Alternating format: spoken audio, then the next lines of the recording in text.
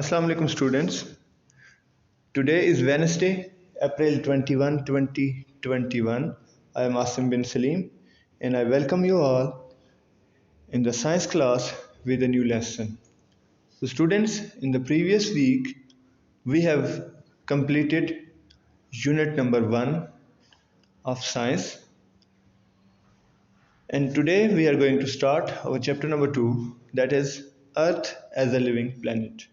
In this chapter, we will discuss about our environment in which we are living, the environment of humans, an environment for animals, and what kind of ecosystems, any environmental systems that exist in the universe. We are going to discuss them in detail, we will study them, and we will also know about what kind of animals and plants grow or live in that particular habitat or ecosystem. So moving on to our first topic, that is environment. So environment क्या होता है? A community of interdependent organisms and the interactions with the physical environment in which they live is called an ecosystem.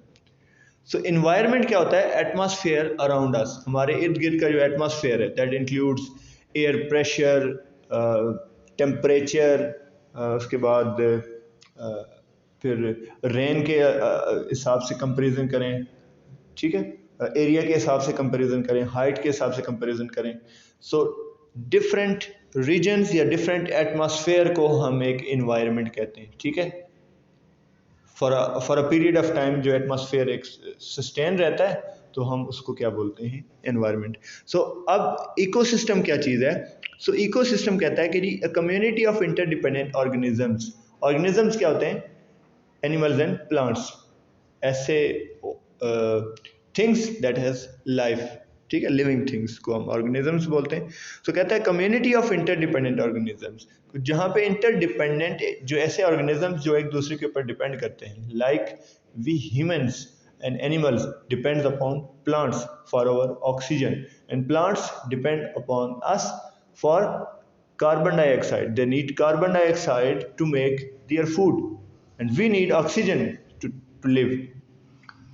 Okay, so this is known as interdependence. So this interdependence of organisms and their interaction with the physical world.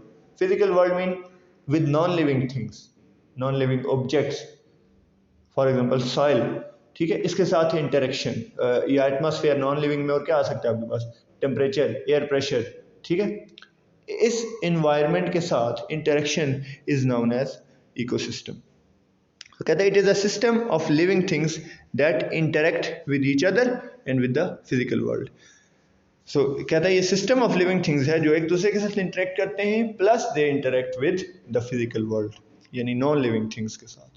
So biome एक और term यहाँ पे आती है, biome. So biome is a collection of related ecosystem. तो जब इस तरह के इन्वायरमेंट्स या इकोसिस्टम, उनका अगर इकोसिस्टम का आपस में रिलेशन हो तो हम उन्हें क्या बोलते हैं? बायोम बोलते हैं, यानी collection of ecosystem.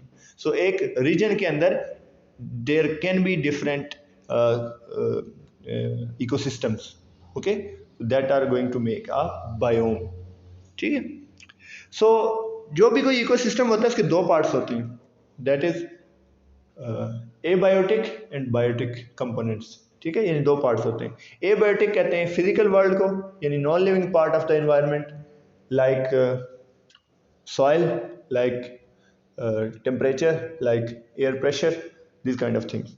And living part of environment is called biotic component. Okay, you have studied these in science of class 5 and grade 6.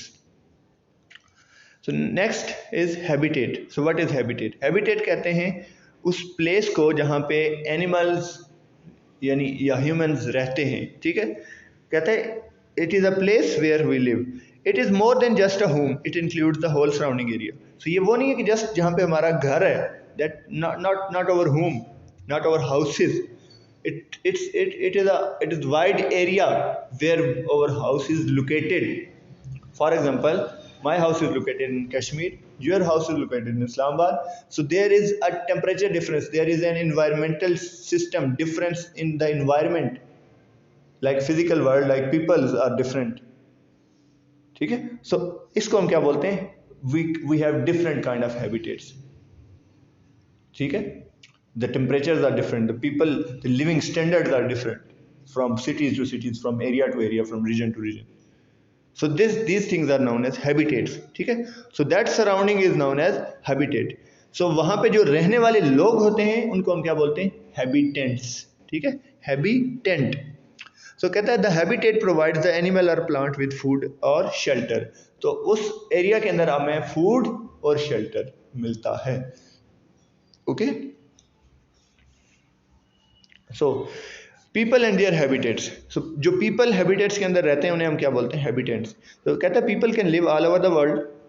We can do this because we are able to build homes for different conditions. Also, we can change our clothes to best suit the temperature around us. Animal skin and fur acts as insulators and keep heat in. अच्छा, तो क्या होता है कि वो कहते हैं कि इंसान जो है या एनिमल्स हैं, they live in different environments, in different conditions all over the world. हम रह सकते हैं because we have some adaptation features, कि हम होम बिल्ड्स कर सकते हैं. उसके बाद हम अपने आप को अकॉर्डिंग टू टेम्परेचर सेट कर सकते हैं. ठीक है, यानी टेम्परेचर के अकॉर्डिंग हम क्लॉथ्स पहनेंगे. जब हमारे पास क्या होता है, विंटर्स होते हैं तो हम वो ओवरकोट्स पहन लेते हैं. ठीक है, अपर पहन लेते हैं. और जब हमारे पास समर्स हो रहे होते हैं तो हम नॉर्मल सिंपल ड्रेसेस में होते हैं. ठीक है, so that our body can accommodate with temperature. ठीक है, तो इसी तरह जो एनिमल्स होते हैं, हाउ दे अकोमोडेट. सो उनकी जो स्किन होती है और उनका जो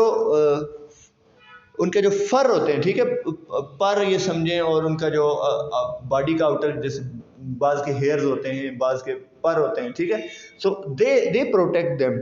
तो वो उनके लिए इंसुलेटर के तौर पे एक्ट करते हैं. वो उन्हें क्या करते हैं, प्रोटेक्ट करके रखते हैं to avoid from the environmental changes. Okay, so वो इंसुलेटर मीन ऐसी चीज़, एक होता है कंडक्टर और एक होता है इंसुलेटर. कंडक्टर वो होता है जिससे हीट और लाइट गुजर सके, उसको कंडक्टर बोलते हैं. इंसुलेटर वो चीज़ होती है जिससे हीट और लाइट पास ना हो सके. फॉर एग्जांपल मेटल है, उसको अगर एक तरफ से आप हीट करें तो दूसरी तरफ आपको हीट थोड़ी देर बाद ट्रांसफ़र होगी और आप दूसरी तरफ से भी वार्मर उसको फील करेंगे और आप उसको हाथ नहीं लगा सकेंगे. ठीक है, जबकि अगर लकड़ी है उसको आप एक तरफ से वो जल जाएगी बट उसकी हीट कभी भी ट्रांसफ़र नहीं होगी. So this means wood is an insulator and metals are conductors. ठीक है, so these fur and skin act as insulator, वो हीट से बचाते हैं उन्हें. सो ये नीचे डिफरेंट कंडीशंस बता रहे हैं कि उसके अंदर एनिमल्स रहते हैं या प्लांट्स रहते हैं. Okay, so there are different kinds of habitats. किस तरह के हैबिटेट्स होते हैं in our world. So the first one is desert, के सहरा, यानी जहाँ पे रेत होती है और वो बड़ा हॉट टेम्परेचर होता है और बड़ा खुश्क होता है, वहाँ पे रेन बहुत कम होती है. देन आपके पास टुंड्रा हैबिटेट. टुंड्रा हैबिटेट क्या होता है, जहाँ पे स्नो ही स्नो होती है. तो ये आपको स्नो बियर आपको नज़र आ रहा है यहाँ पे. देन आपके पास आ जाता है ग्रासलैंड. ठीक है, फिर आपके पास फॉरेस्ट आ जाते हैं, फिर रेन फॉरेस्ट, एक सिंपल फॉरेस्ट, एक होते हैं जहाँ पे ऐसे फॉरेस्ट जहाँ पे बारिशें ज़्यादा होती हैं. So these are the different kind of environments where people live with different kind of different condition. तो one different condition, different standards लोग रहते हैं. So first we are going to discuss desert habitat कि इसकी क्या क्या features हैं, फिर हम रेन फॉरेस्ट और फॉरेस्ट हैबिटेट को आज के लेक्चर के अंदर देखेंगे. सो डेजर्ट हैबिटेट्स में क्या होता है जी, a desert habitat is a very warm place, the air is very hot and dry, there is very little rain, the soil is very sandy. Most animals that live in the desert sleep during the day because it is too hot. They come out at night to eat. They are called nocturnal. So ये ऐसे animals होते हैं जो रात को सोते हैं और दिन को सोते हैं और रात को अपनी फूड के लिए निकलते हैं, उनको नॉक्चुरल बोलते हैं. अच्छा, so some desert animals burrow in the ground during the day. Many plants have thick leaves in the desert to retain water. ठीक है, so लीव जितना बड़ा होगा उतना वो फूड ज़्यादा बनाएगा, उतना वो पानी को ज़्यादा अकोमोडेट करेगा. तो क्या करता है लीव्स, मिनरल्स और वाटर जो है वो अर्थ से लेके वाया रूट्स ऊपर आता है और वो प्लांट को लीव को रिक्वायर्ड होता है to make food for the plant. So इसलिए उनके जो लीव्स होते हैं वो थिक होते हैं और बड़े होते हैं। Most desert animals get their water from the food they eat. तो डेजर्ट में पानी के चांसेस बहुत कम होते हैं। सबसे कॉमन डेजर्ट एनिमल क्या है आपके जहन में? That is camel. कैमल के बारे में आपको बताऊं, camel can store its food for 7 days because it has a long travel through the deserts, जहाँ पे फूड और पानी, वहाँ पे ग्रास बहुत कम मिलता है आपको, ठीक है, इसी तरह वाटर बहुत कम मिलता है। तो इसलिए अल्लाह पाक ने उसको ऐसा ही बनाया है कि वो एक पर्टिकुलर इन्वायरमेंट में ही रह सकता है। वो नॉर्मल इन्वायरमेंट में भी रह सकता है, बट वो ज़्यादा अगर बाकी कोई एनिमल लेके जाएं तो वो सर्वाइव नहीं कर सकता। But camel can survive as it can store food for 7 to 8 days within its stomach, ठीक है, टू डाइजेस्ट। वो 7 days लेता है डाइजेस्ट करने में। इसलिए वो खाने और पानी के बगैर सर्वाइव कर सकता है। The next habitat is rainforest habitat. A rainforest is an environment where rain falls almost every day. So a rainforest has warm weather all year around. A rainforest has millions of plants and animals. Many of these plants are used to make medicines to fight disease and illness. They are located along the equator. So equator क्या होती है? एक ऐसी line है जो अर्थ को centre से divide करती है। यानी अर्थ को अगर हम एंगल्स के ऊपर बात करें तो 360 डिग्री के एंगल बनते हैं, तो 0 डिग्री जो है वो इक्वेटर होता है बेसिकली। तो वो basically centre line of the earth बनती है। तो जो कंट्रीज इक्वेटर के ऊपर लाई करते हैं तो वहाँ पे क्या होता है, बारिशें ज़्यादा होती हैं, ठीक है। Then forest habitats. So next, forest habitat. Forest is an environment that gets enough rain and warm temperatures for lots of trees to grow. When the fall arrives, the leaves will turn red, orange and yellow. Once winter comes, the trees lose their leaves.